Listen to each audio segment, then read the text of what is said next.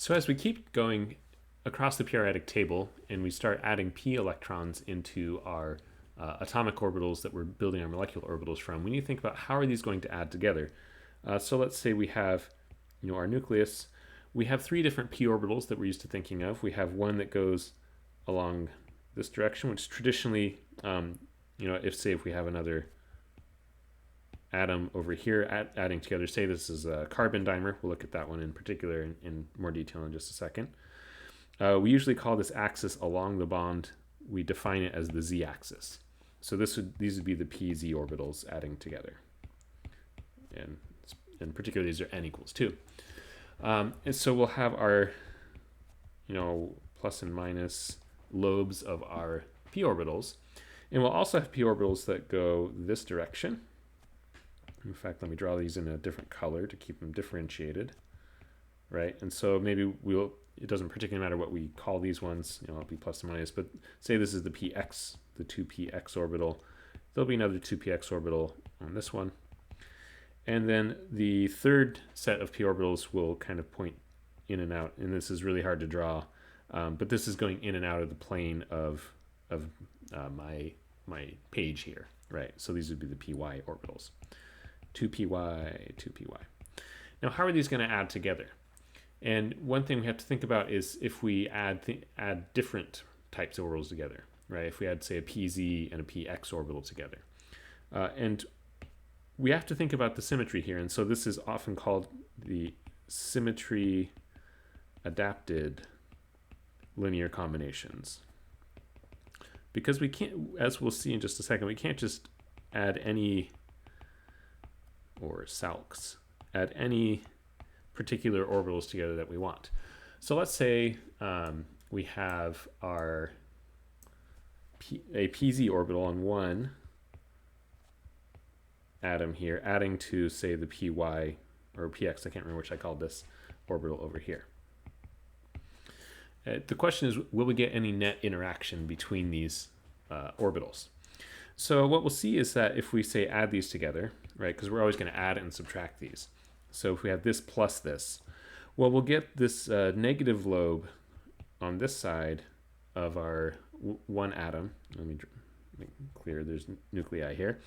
Right, so these will destructively interfere because we have plus and minus working together. These will constructively interfere, and nothing will happen over on this side. So we'll get something like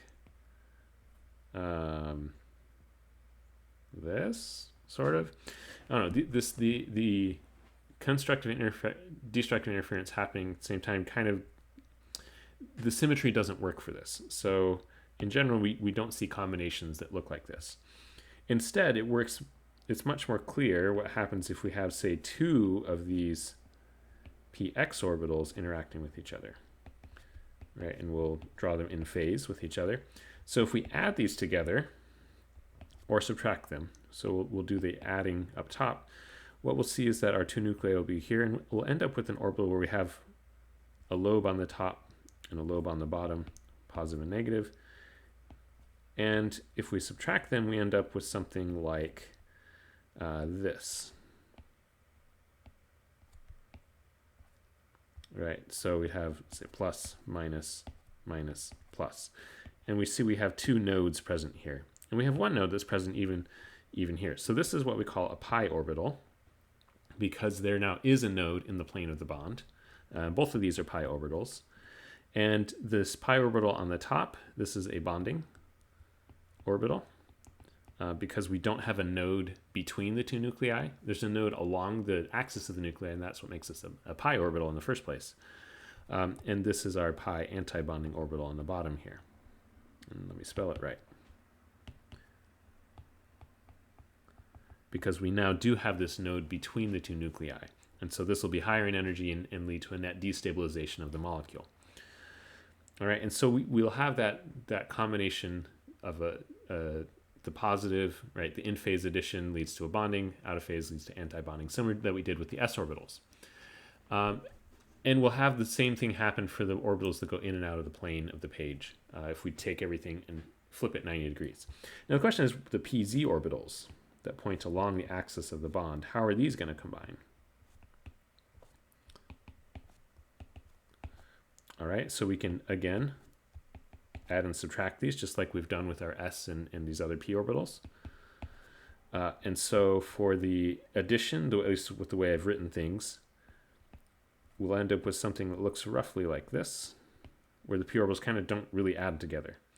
So we'll get plus, minus, where we now have a node right here in the middle. And there is no longer a node along the plane of the bond. And so this is a sigma orbital, but this is a sigma anti-bonding orbital. This would be a sigma star, or anti-bonding.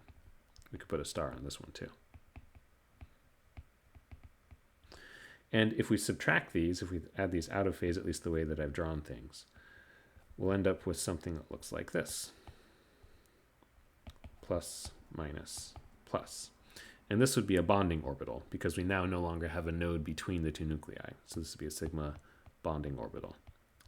So we can have our p orbitals, specifically the pz orbitals, form sigma orbitals, sigma molecular orbitals, whereas the px and py orbitals, at least the way we've defined x, y, and z, form pi orbitals. And we'll look in our next video about how do these look at relative in energy, and as we go across the periodic table,